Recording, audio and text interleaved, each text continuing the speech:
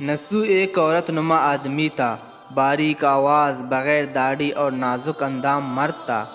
وہ اپنی ظاہری شکل و صورت سے فائدہ اٹھاتے ہوئے زنانہ حمام میں عورتوں کا مساج کرتا اور میل اتارتا تھا۔ کوئی بھی اس کی حقیقت نہیں جانتا تھا، سبھی اسے عورت سمجھتے تھے۔ یہ طریقہ اس کے لیے ذریعہ معاش بھی تھا اور عورتوں کے جسم سے لذت بھی لیتا تھا۔ کئی بار ضمیر کی ملامت کرنے پر اس نے اس کام سے توبہ بھی کر لی، لیکن ہمیشہ توبہ توڑتا رہا۔ ایک دن بادشاہ کی بیٹی حمام گئی۔ حمام اور مساج کرنے کے بعد پتہ چلا کہ اس کا گران بہا گوہر موتی یا ہیرا کھو گیا ہے۔ بادشاہ کی بیٹی نے حکم دیا کہ سب کی تلاشی لی جائیں۔ سب کی تلاشی لی گئی، ہیرا نہیں ملا۔ نسو رسوائی کی ڈر سے ایک جگہ چھپ گیا۔ جب اس نے دیکھا کہ شہزادی کی کنیزیں اسے ڈھونڈ رہی ہیں تو سچے دل سے اللہ کو پکارا اور اللہ کی بارگاہ میں دل سے توبہ کی اور وعدہ کیا کہ آئندہ کبھی بھی یہ کام نہیں کروں گا، میرے لاج رکھ لے مولا۔ دعا مانگ ہی رہا تھا کہ اچانک باہر سے آواز سنائی دی کہ نسو کو چھوڑ دو، ہیرا مل گیا ہے۔ نسو نم آنکھوں سے شہزادی سے رخصت لے کر گھر آ گیا۔ نسو نے قدرت کا کرشمہ دیکھ لیا تھا اور ہمیشہ کے لیے اس کام سے توبہ کر لی۔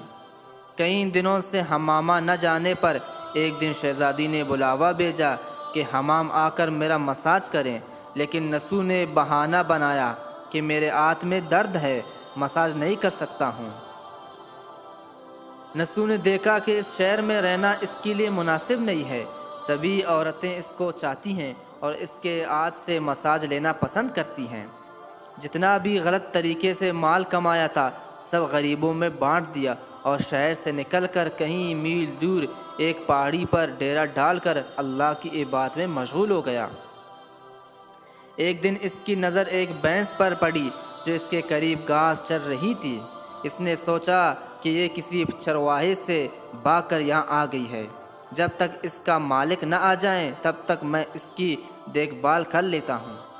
لہٰذا اس کی دیکھ بھال کرنے لگا۔ کچھ دن بعد ایک تجارتی قافلہ راستہ بھول کر ادھر آ گیا جو سارے پیاس کی شدت سے نڈال تھے۔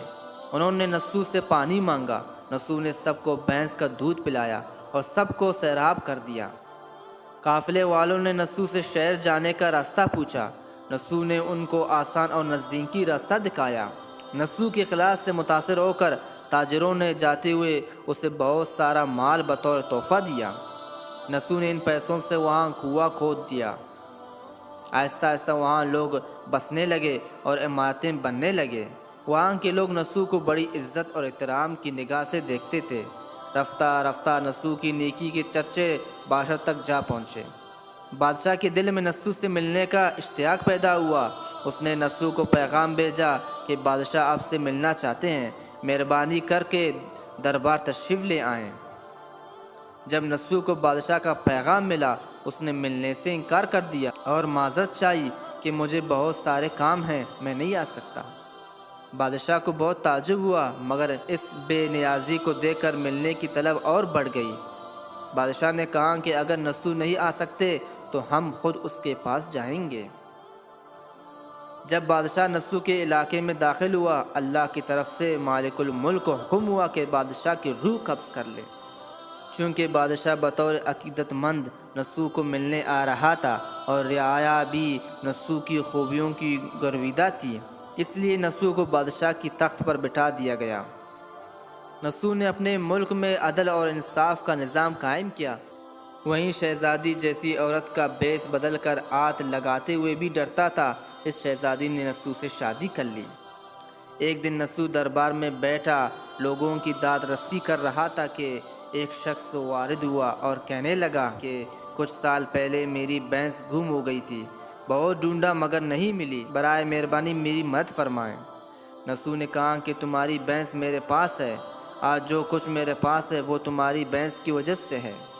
نسو نے حکم دیا کہ اس کے سارے مال اور دولت کا آدھا حصہ بھینس کے مالک کو دیا جائے۔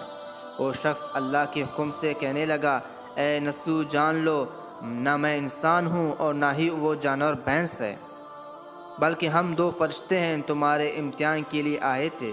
یہ سارا مال اور دولت تمہارے سچے دل سے توبہ کرنے کا نتیجہ ہے۔ یہ سب کچھ تمہیں مبارک ہو۔ وہ دونوں فرشتے نظروں سے غائب ہو گئے۔ اسی وجہ سے سچے دل سے توبہ کرنے کو توبہ نصوح کہتے ہیں۔ تاریخ کی کتاب میں نصوح کو بنی اسرائیل کے ایک بڑے عابد کے حیثیت سے لکھا گیا ہے۔ سبق: نصوح رزق کمانے کے لیے اللہ کا ناپسندیدہ کام کیا کرتا تھا۔ جب وہ کام اللہ کی خوف کی وجہ سے چھوڑا تو اللہ نے رزق کے اسباب پیدا کیے اور بادشاہیت تک عطا کر دی۔ حرام طریقے سے لذت حاصل کرنا چھوڑا تو اللہ نے نکاح میں شہزادی دے دی۔ اللہ تعالیٰ سب کو توبہ کرنے اور تا دم مرگ اس توبہ پر قائم رکھنے کی توفیق فرمائیں، آمین۔